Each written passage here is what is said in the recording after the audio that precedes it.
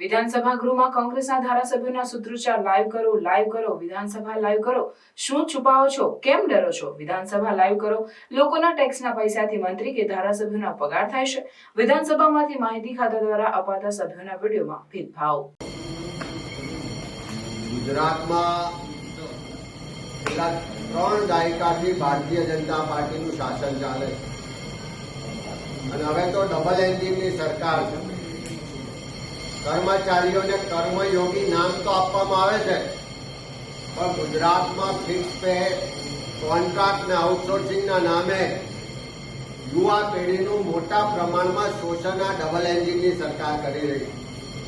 એક તરફ સરકારી વિભાગોમાં, એના બોર્ડ નિગમોમાં મોટા પ્રમાણમાં જગ્યાઓ ખાલી છે અને બીજી તરફ એ કાયમી ભરતી કરવાને બદલે, સમાન કામ સમાન વેતનનો અધિકાર આપવાને બદલે આ સરકાર ફિક્સ પે અને આઉટસોર્સિંગ કોન્ટ્રાક્ટથી શોષણ કરવાનું કામ કરે છે. એની સામે અનેક કર્મચારીઓ લાંબા સમયથી લડી રહ્યા છે. આજે આરોગ્ય વિભાગના લગભગ 14,000 જેટલા કર્મચારીઓ પોતાની માંગણીને લઈને સંઘર્ષ કરી રહ્યા છે કે એને ફિક્સ પેમાં જે અન્યાય થાય છે એ દૂર કરવો જોઈએ, એને જે નોકરીના પ્રમાણમાં એના લાભો મળવા જોઈએ એ મળવા જોઈએ. એ જ રીતે રાજ્યની આંગણવાડી વર્કર બહેનો હોય, આશા વર્કર બહેનો હોય, મધ્યાહન ભોજનના કર્મચારીઓ હોય કે આઉટસોર્સિંગમાં કામ કરનારા અનેક કર્મચારીઓ હોય, એ પોતાને લઘુત્તમ વેતન નથી મળતું, એમને માનક વેતન પણ પૂરતા પ્રમાણમાં આપવામાં નથી આવતું, એ વાતને લઈને પણ વિરોધ કરી રહ્યા છે.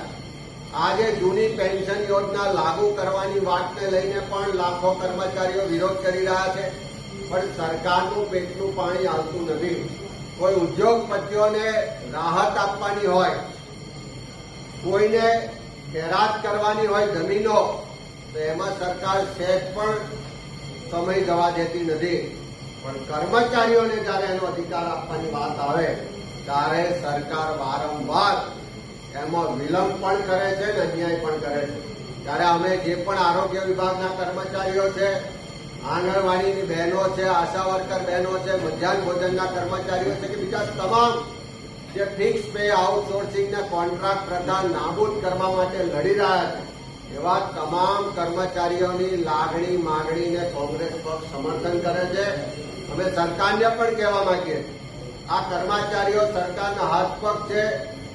વિધાનસભામાં જે બજેટ મંજૂર કરીએ છીએ, જે યોજનાઓ લાવીએ છીએ, એને નીચે સુધી પ્રજા સુધી પહોંચાડવા માટે દિવસ રાત જે લોકો મહેનત કરે છે, એવા તમામ કર્મચારીઓની લાગણીઓ માંગણીઓનો સ્વીકાર કરવો જોઈએ.